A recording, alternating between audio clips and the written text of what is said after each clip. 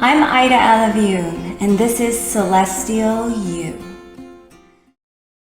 Welcome to Celestial You.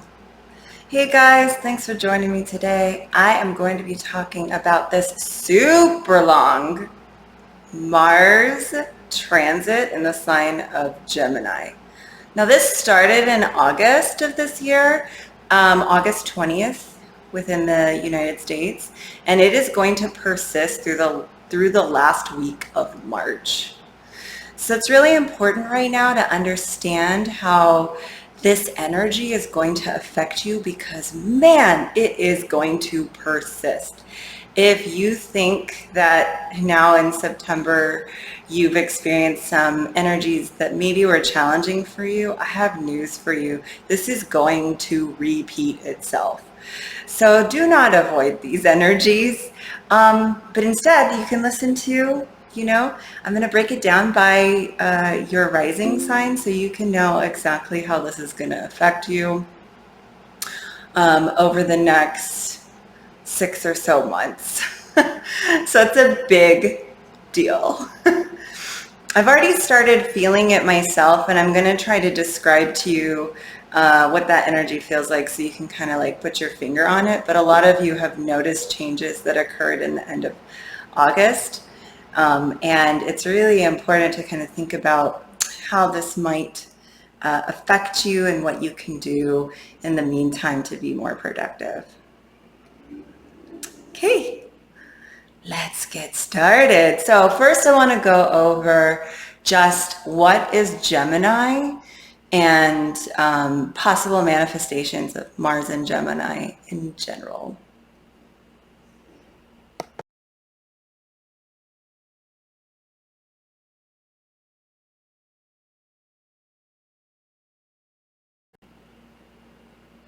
Okay, so Gemini is a mutable sign, and that just means that it's okay with starting new things, and it's okay with sort of ending things, and sometimes it's just more flexible, it can go either way.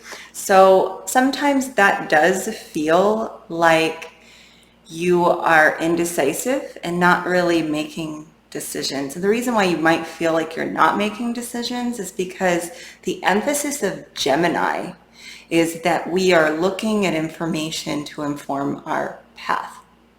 Okay, so we want to pursue the truth. Okay, so we're getting down to brass tacks here with the truth and what the truth means to us.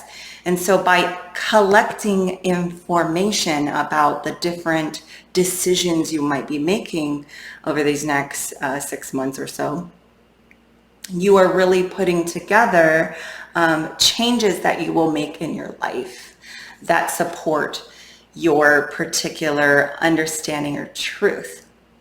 And so what Gemini does help us do is it helps us to be more detached. It's a very logical sign.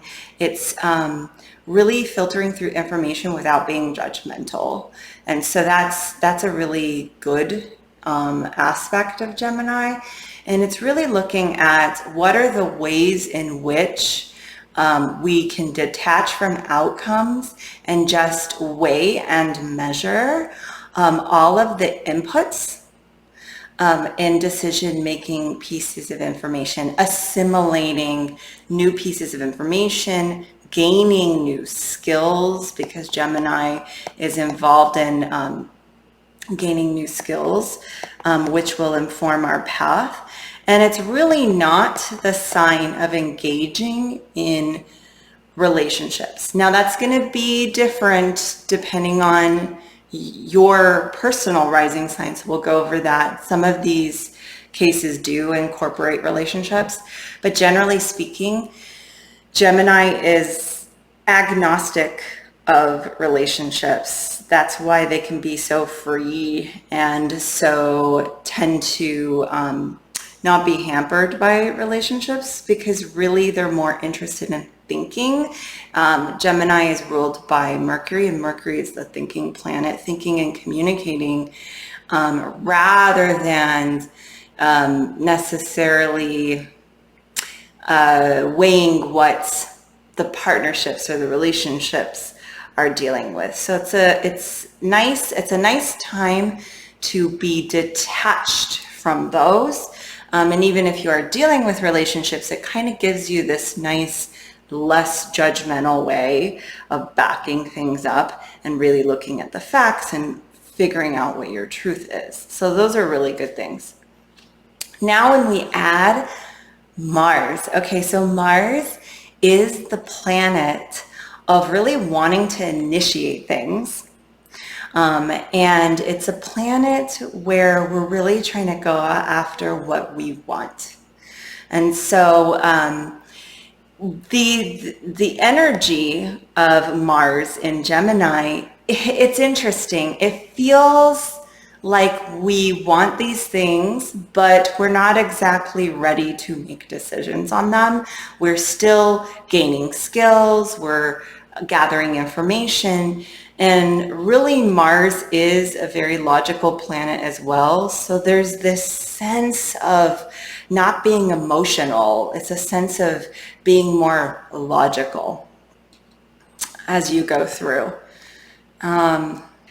And so in Vedic astrology, Mars is actually known as the Brahmacharya planet. So Mars does not have its own consort. And in Western astrology, they think of Mars as being the passion. So that can, and really desire. And it is the planet of desire, but unfortunately, it's the desire to have what you want. It's not necessarily the desire to bring in a partner.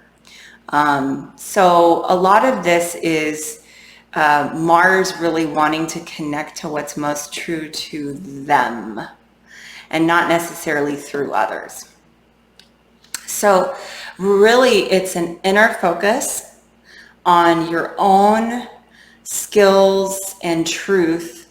And if you do end up bringing this to a relationship, because that's the house placements you have, it's going to be a lot more removed, and it's going to be a case in which you might desire someone, but you are not necessarily wanting to fully engage with them until you've figured out your own mind, so to speak. And that's the feeling of Mars and Gemini. Another thing is Mars and Gemini can be quite nerve-wracking because Mars wants to do things, and again, Gemini wants to analyze things.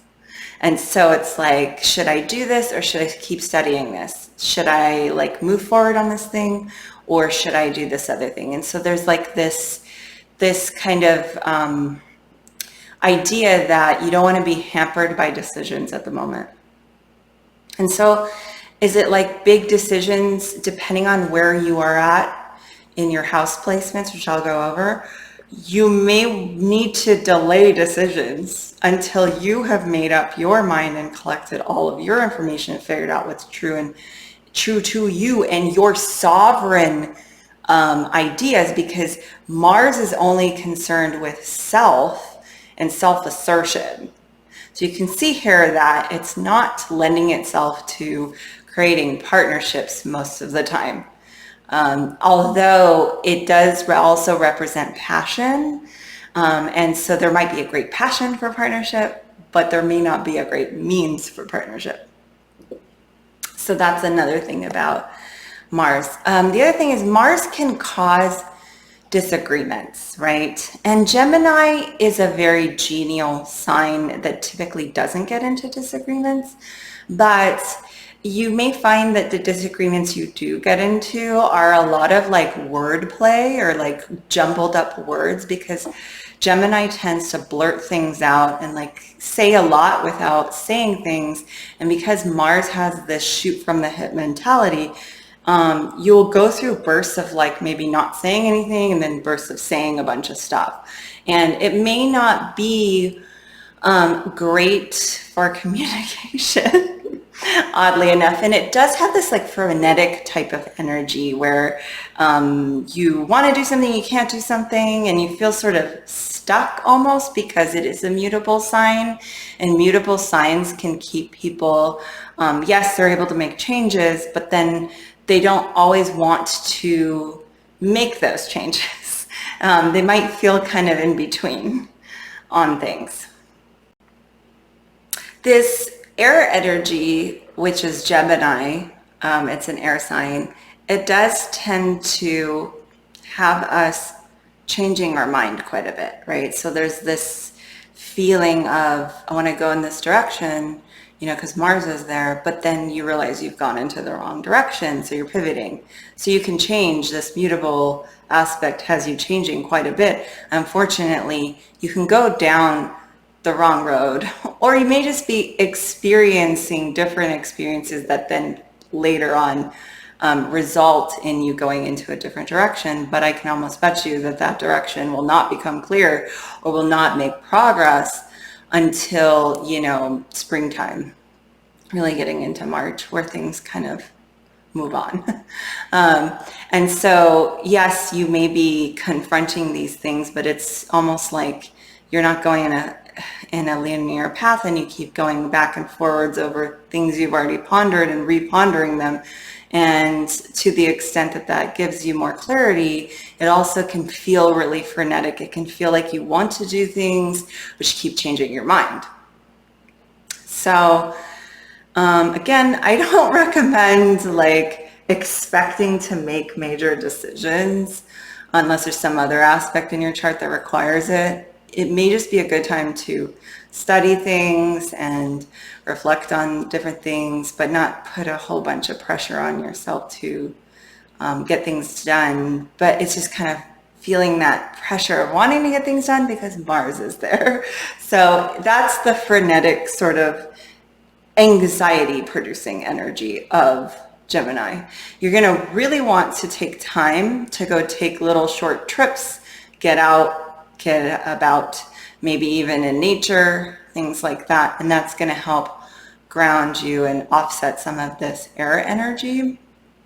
And you're going to get a lot out of chatting with people. You're probably going to want to initiate more conversations with people, but to the extent that those conversations yield a certain result, maybe not so much. So think of it as a big experiment for humanity. Okay, and so when the planet of passion and self-assertion, Mars, transits and retrogrades back over the sign of Gemini multiple times, it becomes a 6-month journey for all of humanity, and it has major ramifications. So the first pass, Mars is making its way over the sign of Gemini. By now, it's sort of made its way through almost. It's still going. It's still going in forward motion.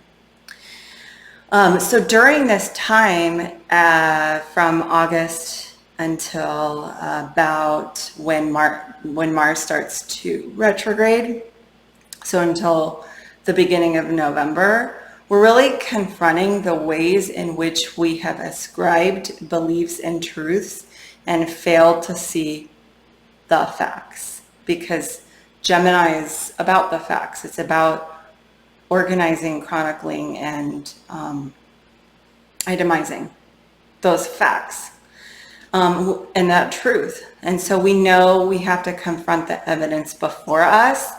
And even if that is a meandering sort of circuitous fashion, that helps, that is really making us feel a little restless.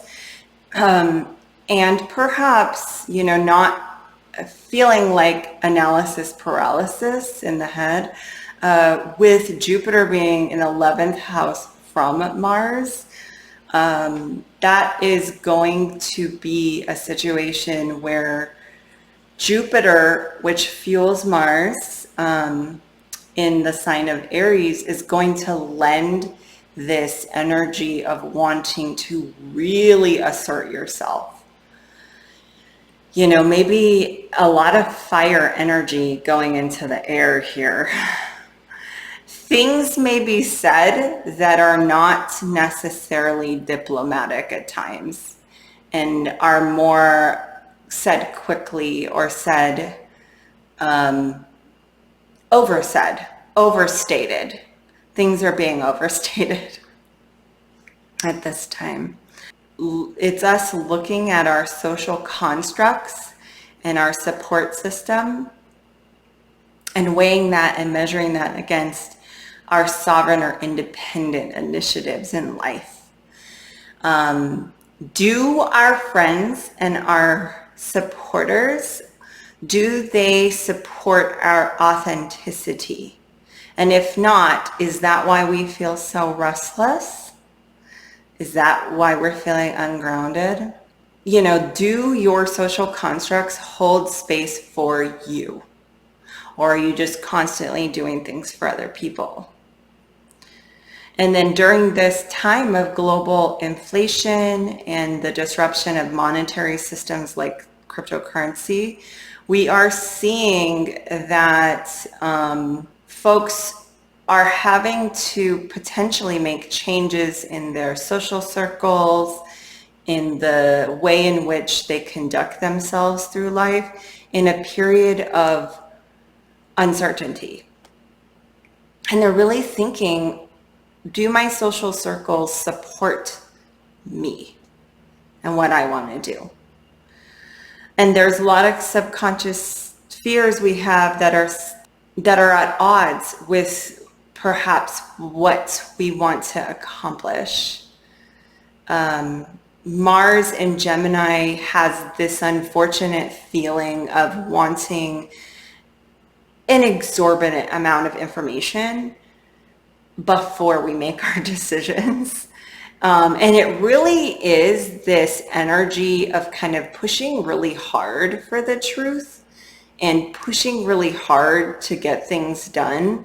And in this case, because Jupiter's been in Aries for a while, it's like pushing our own agendas, our own initiatives, our own sovereign initiatives.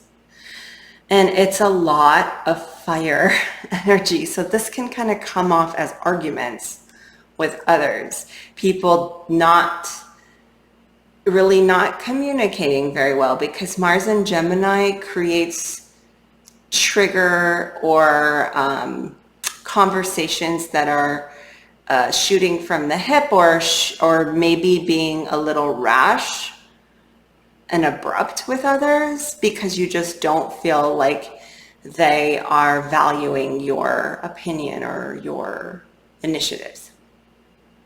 So you kind of got to watch out for that. A better way to deal with this Mars and Gemini feeling is to lean into the sense of detachment, and that you allow others to provide information, and that you basically don't make decisions quite yet. So you don't need to get quite as riled up if you can have a little bit more detachment. And that may mean you spend just more time alone thinking. Because Mars is a sign that, or is a planet that likes to be alone. And there's a lot of thinking involved in Gemini. So you may need more breaks from others to assimilate. So we ask ourselves, what could we be doing differently in life when Mars transits and retrogrades, and then retransits and retrogrades in a sign? We are really remaking our desires within this area of our life. Okay, and so we ask ourselves, how can we create more support for our truth? And of course, during Virgo season, as the sun is in Virgo, this is going to be matched with action in the sense of organized action in Virgo. Planning, unification of our heart as well, because Venus transited with the sun in that sense. So in a lot of ways, we are really in lockstep there by trying to create new daily patterns that support our heart and our initiatives, and this kind of new way that we want to be, more authentic way that we want to be. At the end of the 6-month period, I really see people feeling more authentic, really wrestling with what they believe and what they believe is their truth, and coming to to conclusions. And it may be not until March, but it may be that you've already, here we are in the middle of September, and Mars is just doing its first pass through Gemini, and maybe you've already made some new revelations about your truth. And now you're just coming along and thinking, how do you implement? And Mars wants to do things right away, and you may not be able to implement this right away, but it's still important that you're going through this evolution of thinking at this point.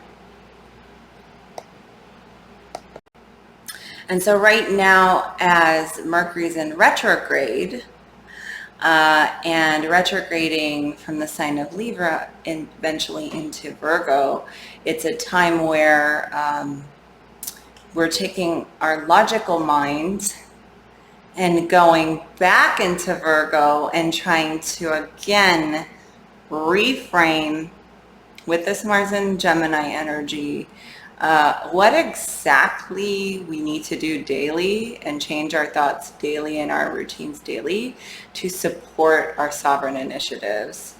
And so it's like combing over your mental constructs and being like, does that really serve me? Are my relationships serving me? And is that my whole truth? Is that authentic to me? Are they authentic to me? Am I authentic to myself? And what ways in which can I think and act daily that will support what I want to accomplish in life? And really everything starts with your thoughts. And so this is a real news flash for many people, where they're like getting all this new information about the way things have been, perhaps in existing relationships that didn't really work for them. And so it's like, can I work with that? Can I change my habits and change the way I react to things and change the way I organize my life essentially to support who I want to be?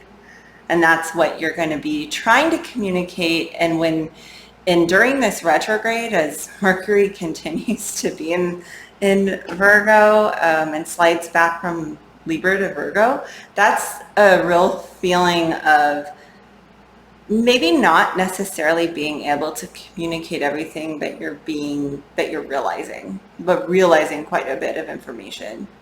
And then when Mercury kind of turns around and goes in forward motion, that will be when you finally get to state your truth.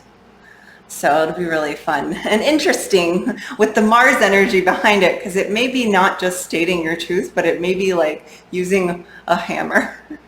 But it could have been this way. And I think too, when you look at the chart, the Jupiter being opposite Mercury when it's in Virgo is going to fuel a lot of that intense energy and kind of intensify those communications. So it should prove to, it may fuel conversations that needed to be had that hadn't been spoken about at that time. And they may be a little disruptive in the sense that you might have to break some eggs in order to bake a cake type of conversation. Okay, so expect this jumbled mess of communication, people stepping all over each other, trying to assert themselves, speaking too quickly, and maybe not thinking as clearly because they're still kind of going through the process of combing through their thoughts and picking and choosing the thoughts that are most authentic, and wondering if they should even go down that path. So it's a very confusing time, and you may see relationships get a little frenetic and more difficult to deal with during this time. But that retrograde ends in on October 2nd when Mercury starts to go back in forward motion from Virgo back into Libra. So there is a light at the end of this Mercury retrograde. But in the meantime, what I would say is maybe spend alone time thinking before you speak, if you can. Some of the thoughts are not fully baked. I have seen also, just from experience, so many people telling me that they're having technological problems right now in the retrograde. Expect that that will straighten out pretty nicely when Mercury starts to pick up speed out of Virgo, because that will organize things. So there is a light at the end of this tunnel. I promise. In conclusion, Mars and Gemini, it's really people struggling with their comfort zone in many ways, because when Mars is in this sign of Gemini, the sign of experimentation and skill building, there's a lot of missteps that happen, and it can be nerve-wracking, and you can feel like your nerves are actually frayed a bit from tripping over yourself, tripping over your words, not being able to clearly enunciate or clearly convey whatever it is that you feel, but you're so passionate about it and it's so on the forefront of what you want to say. You really want to make a point because, you're starting to discover what your truth is and what's authentic to you. Really can not tolerate. You're not going to be suffering fools as much in this time. People who've said things to you in the past and you've thought about it and it doesn't resonate with you, you're kind of at a moment where you're going to let them know that. And it's going to ruffle feathers. I really kind of want to call like Mars and Gemini ruffling the feathers, because that's how this energy feels. And if you've been feeling it already, it's kind of like, really making a shift and a change in your life, and discomfort in that. Okay, so then I think after you will see these issues that we are seeing play out in Mars in Gemini right now. You're going to see them resolve before Mars leaves Gemini in March. But that's such a long time, and so it sort of behooves you to get better at communication, at the skills you're trying to acquire, even though it's uncomfortable, because you will not have a way out of it. This is an area you have to confront in your life. I'm going to go over which areas for you. But especially after Mars trine Saturn, it's going to become clear the changes you need to make. So really looking at strategies to let go of things that don't serve you as a part of becoming a more authentic person. That's going to be going on during this long 6-month journey. So I'm going to go over next the effects through the houses so that you can use your rising sign to discover what area of life this is going to affect you. Okay, Scorpio risings. All right, guys, this transit is going through your 8th house. 8th house is the house of the partner. It's the house of other people's money, particularly in Gemini, other people's investment money. And the 8th house also rules our trust in the unseen, right? So for you Scorpio risings, trust is a big deal. The 8th house, Mars transiting your 8th house, Mars being the ruler of your ascendant of Scorpio, is really making you think about who you can trust in life. Maybe you allowed for others to treat you a certain way, and now you're just finding that that can't stand anymore, and that it feels really like people are being deceptive with you or holding back information, that you're going to start asserting yourself, and you're going to start asserting what you want in that interaction that will support a more trusting relationship.